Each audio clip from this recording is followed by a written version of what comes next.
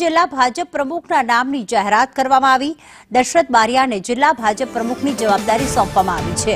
પૂર્વ મંત્રી જીતુ વાઘાણીએ પ્રમુખના નામની જાહેરાત કરી હતી।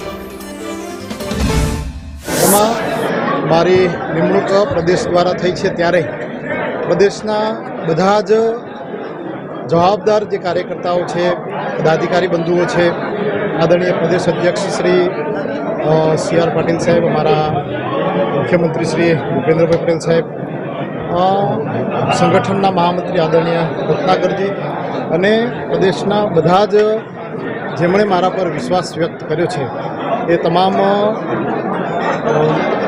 વડીલોનો હું આભાર વ્યક્ત કરું છું। પૂર્વ ધારાસભ્ય, પૂર્વ એમપી બધાની સંકલનમાં ચર્ચાઓ થઈ।